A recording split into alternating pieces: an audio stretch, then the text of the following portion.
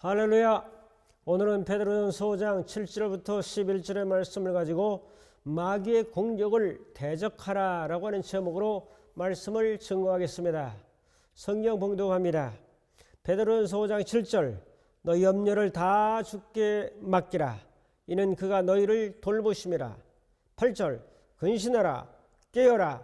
너희 대적 마귀가 오는 사자같이 두루 다니며 삼킬 자를 찾나니.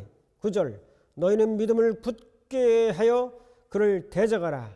이는 세상에 있는 너희 형제들도 동일한 고난을 당하는 줄을 알미라. 10절, 모든 은혜의 하나님 곧 그리스도 안에서 너희를 부르사 자기의 영원한 영광에 들어가게 하시니가 잠깐 고난을 당한 너희를 친히 온전하게 하시며 굳건하게 하시며 강하게 하시며 털을 견고하게 하시리라. 11절, 권능이 세세 무궁하도록 그에게 있을지어다. 아멘. 인사합니다. 마귀를 대적하여 승리하며 살아갑시다. 아멘. 오늘 말씀은 베드로 사도를 통해서 주시는 말씀인데, 흩어져 있는 여러 형제들과 나그네들에게 성도들은 영적인 교전이 있음을 알고 준비하고 대적하며 승리하며 살아야 된다는 사실을 강조하고 있습니다. 근신하라, 깨어라. 너희 대적 마귀가 우는 사자같이 삼킬 자를 찾는다라고 이 영적 대적자를 분명히 강조하고 있습니다. 자, 영적인 지금 교전의 상황은 러시아와 우크라이나가 3년 정도 이상을 싸우고 있는데, 이런 것보다 더 치열한 보이지 않는 전쟁 속에 우리가 살고 있다는 거죠. 보이지 않는 전쟁. 오늘 말씀의 중심 단어는 근심이라는 단어고, 그 다음에 전투의 자세, 더 나가서 적군이 있음을 알아야 되고 대적해 싸워 승리해야 된다는 사실을 말씀하고 있습니다. 승리의 비결은 하나님이 오늘 우리를 온전하게 하시며 굳건하게 하시며 강하게 하시며 털을 견고하게 해주신다라고 말씀합니다. 이런 네 가지 원칙을 제시하면서 오늘 본문은 우리의 영적 상태를 좀 더 강하게 힘을 기르고 마귀의 전략을 알고 깨닫고 살펴서 결국 믿음의 승자로 살아가는 그런 말씀을 제시해주고 있습니다. 오늘 저는 이 말씀을 중심해서 마귀의 전략 몇 가지를 살펴보면서 함께 은혜를 나누려고 합니다. 첫 번째로 근심 절망입니다. 7절에 보면 너희 염려를 주께 맡기라 하는 말씀이 있죠. 그가 너희를 돌보심이라고 했는데 염려가 나오죠. 염려가 지나치면 절망이 나오죠. 시편에는 의인은 7번 넘어져도 다시 일어나려니와 라는 말씀이 있습니다. 이는 비록 하나님이 보시기에 의인이라도 7번 넘어질 수 있는 가능성이 있음을 알고 7.8기 7번 넘어져도 8번 일어나는 7.8기가 오늘 말씀에서 나온 거 아니겠습니까? 절망은 죽음에 이르는 병이다라고 키엘케고르는 말했죠. 자, 절망은 낙심으로 시작해서 결국 최후의 절망은 자살로 이어질 수 있는 겁니다. 우리가 알아야 될 것은 절망이 영적 전쟁의 사탄의 전술이라는 사실을 기억하고 항상 우리는 주님께 맡기면서 맡기면 맡김을 받은 사람, 맡은 자가 주인 아니겠습니까? 맡은 자가 책임이 있지 않습니까? 우리 염려를 주께 맡기라는 것은 주님이 책임져 주시고 인도하신다는 사실을 암시하고 있죠. 그러므로 성도 여러분, 사탄의 전술 속에 이 절망, 또 근심, 염려 이런 것들이 우리에게 다가온다고 하면 그것을 맡기고 주님 안에 해결 방법을 전략을 찾아봐야 되죠. 절망은 믿음이 없을 때 생기지만 믿음이 좋은 모세라든지 엘리야라든지 베드로 같은 경우에도 절망했던 적이 있습니다. 그러나 잠깐의 절망은 있을 수 있지만 계속적인 절망은 그의 삶을 무너뜨립니다. 이 사람들은 산 믿음이 있었기 때문에 하나님께서 함께한다는 확실한 믿음이 또 한쪽에 있었기 때문에 믿음이 더 크기에 절망을, 근심을 이긴다는 거죠. 여러분들은 더 큰 믿음으로 약한 절망을 이겨낼 수 있기를 축복합니다. 이사야 41장 10절 말씀에 두려워하지 말라 내가 너와 함께함이라 놀라지 말라 나는 내 하나님이 됨이라. 참으로 너를 도와주리라 참으로 너를 굳세게 하리라 참으로 나의 의로운 오른손으로 너를 붙들어 주리라고 약속해 주고 있습니다. 두 번째로 교만이 사탄의 전술입니다. 절망한 자신이 못났다고 생각하는 열등감이요, 교만한 자기가 잘났다고 자기 삶을, 자기 행위를, 자기의 어떤 그 자존심을 높이면서 살아가는 것이 교만입니다. 사탄이 사용하는 가장 오래된 고전적 방법 중에 하나가 바로 교만이죠. 자, 하와를 꼬일 때도 너희 눈이 밝아져서 하나님같이 되리라, 하나님같이 지혜가 밝아지리라 하는 그런 제시를 하게 되죠.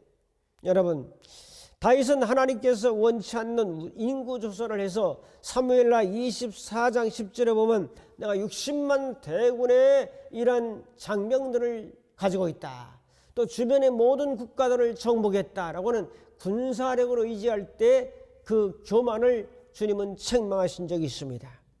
사도행전 12장 23절에도 이제 헤롯 아그리빠가 하나님께 영광을 돌리지 아니함으로 충이 먹어 죽으니라. 그래서 이 충들이, 벌레들이, 세균들이 그 시신을 파먹어 죽었다라고 성경은 말씀하지요. 자, 누가복음 18장에도 세리와 바리새인이 나오는데 교만한 바리새인들의 기도의 교만이 아주 또 상당하죠. 그래서 기도의 교만이라는 것은 기도 속에서 자기를 드러내는 거죠. 나는 일에 2번씩 금식합니다. 11조를 드립니다. 전도를 합니다. 봉사를 합니다. 저 세리와 같지 않습니다. 저 아버지 쓰레기 같은 저 족속들과 같지 않고 차원이 다릅니다. 이런 모든 사고방식들이 결국 자기를 교만의 반열에 올려놓는 거죠. 그것은 영적 지도자로 있으면서 자신들만 의롭다고 생각하는 이 자만심들이 교만입니다. 잠언 16장 18절에 교만은 패망의 선봉이요 거만은 이제 마음은 넘어짐의 앞잡이라고 강조했습니다. 베드로전서 5장 7, 8절에도 하나님의 능하신 손 아래서 겸손하라 때가 되면 너희를 높이시리라 라고 말씀하지 않습니까?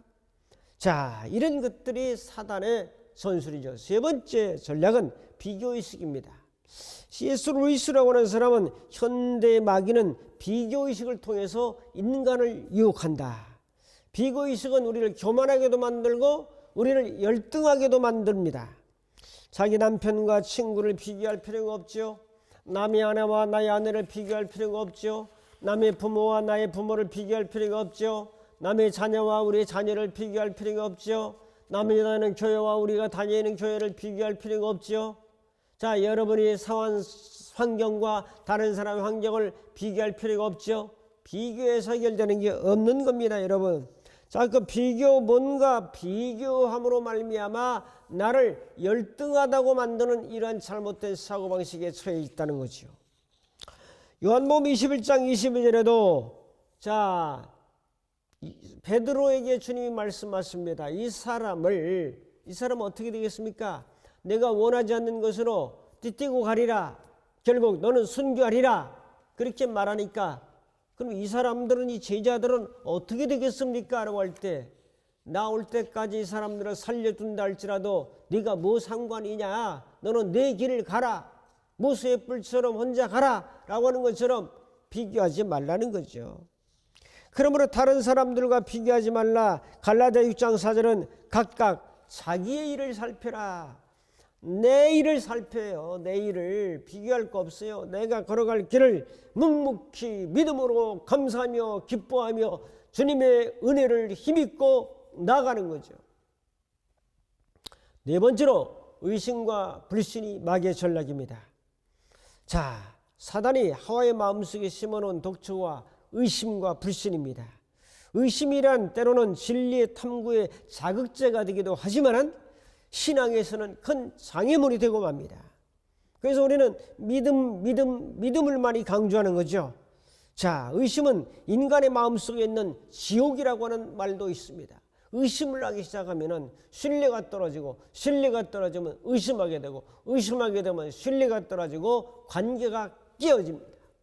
의심은 관계를 깨트립니다. 신뢰는 관계를 돈독히 합니다. 우리는 서로 믿어주는 삶이 필요한 거죠. 베드로가 무리를 처음에는 걸었죠. 예수님이 오라 할 때 갔는데 물결을 보고 환경을 보고 빠질 걸 보고 죽음을 두려워하고 할 때 빠져들어갔죠. 두려워하면 물속에 빠집니다. 걸었다 할지라도 다시 빠져버립니다. 그러므로 의심과 불신은 무리를 걸어가는 이적을 경험하다가도 경험이 무산돼 버리는 그런 역사가 있음을 깨닫게 되지 않습니까? 자, 그래서 불신이 있는 곳에는 놀라운 역사도 없고 연합도 없고 승리도 없고 사랑도 없고가 나오지요. 그러나 믿음이 있는 곳에는 하나님의 위대한 이적과 능력과 창조와 생산의 역사가 나타나게 됩니다. 다섯 번째로 거짓말이 전략입니다. 요한복음 8장 44절에 보도 바리새인 보고 너는 거짓의 너희 아비는 거짓의 아비 마귀라고 있어요. 마귀가 너희 아버지. 왜? 거짓말을 너무 잘해. 지금 이 세상도 거짓말을 너무 잘해. 누구 말을 믿고 누구 말을 안 믿어야지. 한 말도 안 했다고 안 한 말도 했다고 하고 도대체 이게 뭐 어떻게 돌아가는 세상인지 모르잖아요. 잠언 6장 16절에도 거짓말을 지적합니다. 여러분 출애굽기 20장 17절에도 구계명에 내 이웃에 대하여 거짓 증거하지 말라라고 말씀했잖아요. 계명으로 거짓말하지 말라. 어느스커를 통해서 크게 세 부류를 나누셨다고 하는데 첫 번째 부류 사람들이 남의 말을 하는 사람들, 즉 루머를 만들어내고 잡담과 험담을 주로 하는 하류층의 사람들. 둘째는 시사를 말하는 사람들로서 이들은 정치와 예술 따위를 말하는 중류층의 사람들. 세 번째는 진리를 말하고 사랑을 말하는 상류층의 사람들. 여러분과 저는 상류층 사람들이죠? 예. 자, 위로 올라 진리를 말하고 사랑을 말하는 상류층 사람들, 정신의 상류층, 믿음의 상류층, 신앙의 상류층의 사람들. 할렐루야. 여섯 번째로 미움입니다.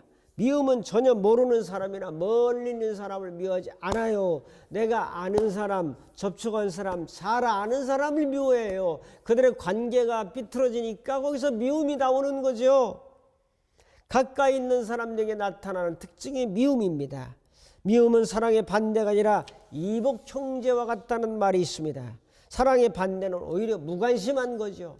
미워하는 것도 관심이 있으니까 미워하는 거지. 무관심은 미움보다 더 큰 죄라는 거죠. 서로 관심을 갖는 건 사랑이라는 거죠. 인류 역사를 보면 전쟁이 없었던 시대가 별로 없었는데 전쟁의 원인을 살펴보면 극단적 미움에서 비롯되는 분쟁과 불신에서 비롯되는 것을 볼 수가 있습니다. 이 미움의 문제를 어떻게 해결할 것인가? 성경으로만 가능한죠. 십자가 사건 외에는 미움의 문제가 해결되지 않아요. 십자가의 구속의 은혜, 구원의 은혜, 제사함의 은혜, 부활의 은혜, 생명의 은혜, 영생의 은혜, 천국의 은혜, 이 은혜가 들어오면 미움이 사르르 꼬리를 내리고 사라지는 거죠. 자, 십자가로 말미암아 죄의 장벽이 무너지고 이방인과 유대인이 하나로 연합을 하고 미움이 물러가고 비하시기는 종의 그 의식이 물러가고 새로워지지 않습니까? 자, 일곱 번째로 불평과 원망입니다. 민수기에 보면 백성들의 원망책이에요. 원망책. 이래도 원망, 저래도 원망, 이래도 불평, 저래도 불평, 불평이 가득한 충만한 책이 바로 민수기입니다. 민수기 11장에 보면 디베라에서 우리에게 누가 고기를 주어서 배불리 먹게 할 수 있을꼬? 애굽에 샀을 때 생선과 애와 수박과 부추와 파와 마늘을 먹는 것이 생각나도다. 이야, 민수기 11장 4, 5절에 먹는 것 때문에 이렇게 불평이 많아요. 현대인들은 너무 많이 먹어서 병이 생기는 거예요. 탄수화물을 너무 많이 먹으니까 탄수화물은 남으면 이 피하 지방에 쌓여서 지방으로 바뀌어요.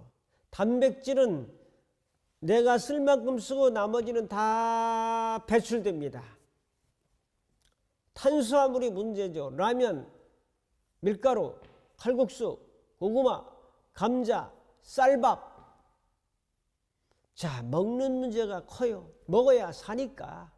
먹는 만큼 배설하는 문제도 커요. 먹는 만큼 배설하니까 쓰고 남는 것은 이 두 가지 문제가 상수도와 하수도의 문제요. 먹는 문제요, 버리는 문제가 동시적으로 크다는 사실을 이제 노인들을 통해서 많이 깨닫게 됩니다.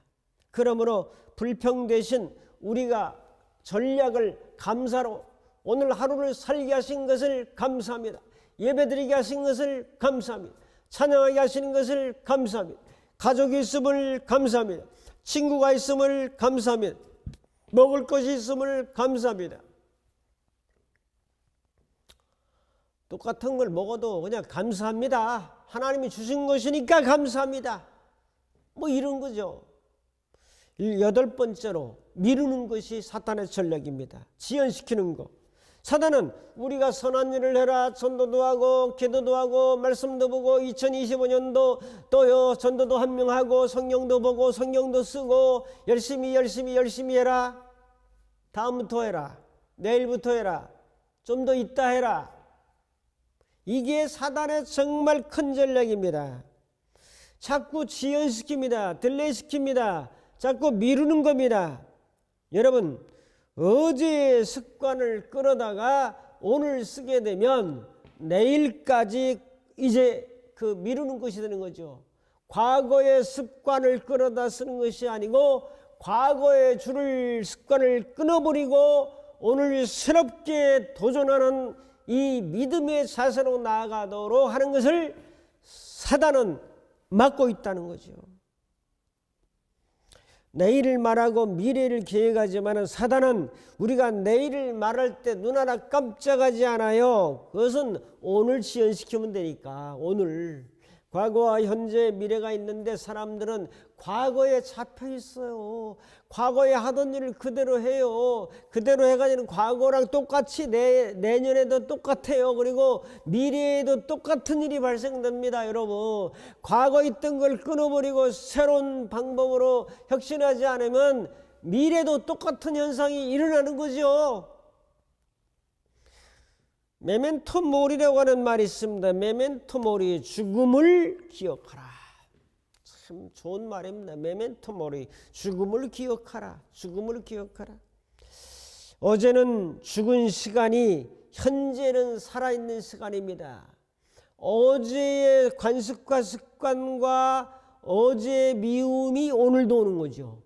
오늘 미움은 미래까지 연결되죠. 어제의 불만이 어제를 끝내지 아니하고 오늘 끌고 오는 거죠. 오늘 끌고 오면 내일까지 가는 거죠. 그러므로 과거의 산물에 묶여 있죠. 너희는 옛적 일을 생각하지 말라는 것은 옛적의 교훈과 또한 주님 주시는 은혜를 기억하지 말라는 것이 아니라 이 잘못된 것을 끌어오는 것을 기억하지 말라고 성경은 분명히 말씀하는데 이것은 위대한 선언입니다, 여러분.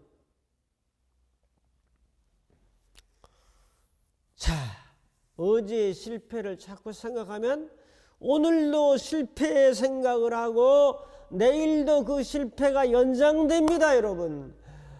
눈 뜨자마자 아픈 것을 생각하면 어제 아팠잖아요. 오늘도 났을 수도 있는데 어제 걸 끌어다 아픈 걸 자꾸 생각하면 내일까지 또 아파지는 거죠. 이 원리는 대단히 중요한 원리입니다, 여러분. 사단은 이 지연작전과 미루는 작전을 통해서 어제 걸 끌어다가 오늘 쓰게 만들면서 계속 내일도 이것의 반복으로 가도록 만든다는 거죠. 성경은 말합니다. 고린도서 6장 2절, 보라 지금은 은혜 받을 만한 때요, 보라 지금은 구원의 날이로다. 지금 현재 now, here and now, 바로 여기에서 바로 지금 어제를 끊어버리고 어제까지 게을렀습니까? 끝! 오늘 새롭게 운동하고 도전하고 진취적으로 나아가고 새로운 걸 향해서 할 때 내일이 밝아지는데 어제 그대로 살면 내일도 어제같이 되는 거죠. 모두가 성공하기를 원하는데 이 성공은 행동할 때, 실천력이 있을 때에 바로 가능하고 가만히 있는 자들에게는 안 되죠. 아홉 번째로 나태와 태만과 게으름입니다. 이걸 불성실이라고 말합니다. 성경은 성실함을 강조하고 있습니다. 불성실한 자들에게는 발전이 없는 거죠. 승리가 없는 거죠. 자, 사단의 전략에 휘말려 들어가는 거죠. 부하들은 전쟁에 나가서 목숨 걸고 싸우는데 다윗은 낮잠 자고 일어나서 지붕을 왔다 갔다 하다 보니까 이 밧세바라는 여인을 보게 됐죠. 너무 아리따워 보였어요. 너무 예뻤어요. 세상에서 제일 예쁘게 보였어요. 결과는 뭐죠? 게으름과 나태함과 이 태만이 결국 범죄로 이어졌고 살인으로 이어지면서 다윗은 피비린내 나는 이 배신과 살인과 쫓김과 반역과 배반의 치욕적인 결과를 낳습니다. 그래서 시편 37편 3절에 성실로 승부를 삼으라. 성실. 눈가림만 아웅하지 말고 내가 사장처럼 일해야 사장이 되고 주인처럼 일해야 주인 되는 거죠. 시편 31편 23절에는 여호와께서 성실한 자를 보호하시고라고 말했습니다. 그러므로 성실만이 성공과 행복을 만들어내고 사단의 유혹을 피할 수 있죠. 자, 마지막 10번째로 의식입니다. 사단이 가장 즐기는 작전 중에 하나가 의식입니다. 속마음과 겉마음이 달라요. 자, 모든 사람들은 의식이 있어요. 감정을 속여요. 지금 기분 나쁜데 아유 오셨어요. 아유 집사님. 그럴 수도 있어요. 저도 기분이 썩 이렇게 안 좋은데도 장로님 반갑습니다라고 말해요. 자, 의식 거짓말장이들이 정직하면 못 살아. 근데 정직하래. 이게 진리의 어떻게 보면은 갈등이에요. 그러나 성경에서는 의식하지 말고 있는 그대로 진실 그대로 내 형편과 사정을 그대로 나타내는 삶이 중요하죠. 자, 마태복음 6장 5절에 너희는 기도할 때 의식하는 자와 같이 하지 말라. 겉과 속이 다르게 하지 말라라고 말씀하고 있잖아요. 베드로전서 2장 1절에도 그러므로 모든 악독과 모든 계율과 의식과 시기와 모든 비방하는 말을 버리라. 의식은 반드시 버려야 되고 의식 전술에 나가서 밥 먹는 거 말고요. 그 의식 말고 겉과 속이 다른 이 마음을 갖지 말고 하나로 하나님의 영광을 위하여 교회를 위하여 주님을 위하여 성령님을 위하여 하나님을 기쁘시게 하기 위하여 오직 믿음으로 오직 말씀으로 오직 은혜로 이런 종교개혁자들의 정신을 가지고 나갈 때 거기 승리와 은혜가 있습니다. 결단과 적용합니다. 10가지 전략을 바꿔서 우리는 어떻게 살아야 될까요? 절망 대신 소망, 교만 대신 겸손, 비교의식 대신에 나에게 집중하고 의심 대신에 믿음, 거짓말 대신에 진실, 불평 대신에 감사, 미루기 대신에 즉각, 나태와 게으름 대신에 근면, 의식 대신에 순수함으로 나아가면 되는 거예요. 부정은 긍정으로, 안 되는 건 되는 것으로, 의심은 믿음으로, 교만은 겸손으로 이렇게 10가지를 바꾸면 이것이 승리의 비결이요. 2025년도 과거에 매이지 말고 과거를 끌어다 오늘까지 가면 내일까지 똑같은 현상이 일어나기 때문에 과거의 잘못된 걸 단절하고 오늘 새로운 도전과 새로운 의식과 새로운 믿음과 새로운 말씀과 새로운 은혜를 가지고 나아갈 때 하나님의 충만한 승리 역사가 나타나게 될 줄로 믿습니다. 이런 은혜가 함께 하시기를 주님의 이름으로 축복합니다. 기도하겠습니다. 10가지 전략을 파악하고 10가지 신앙적 전략을 세워서 믿음의 승리자로 살아가는 우리 모두가 되게 하옵소서. 예수님의 이름으로 기도합나이다. 아멘. 축도합니다. 이제는 우리 주 예수 그리스도의 무한하신 은혜와 하나님 아버지의 극진하신 사랑하심과 성령님의 감화 감동 인도 충만 교통하심이 10가지 마귀의 전략을 잘 대적해서 승리의 삶을 살기로 결단하는 모든 심령들 머리머리 위에, 저들의 가정과 섬기는 교회와 이민족과 전 세계 위에 이제부터 영원토록 함께 있을지어다. 아멘.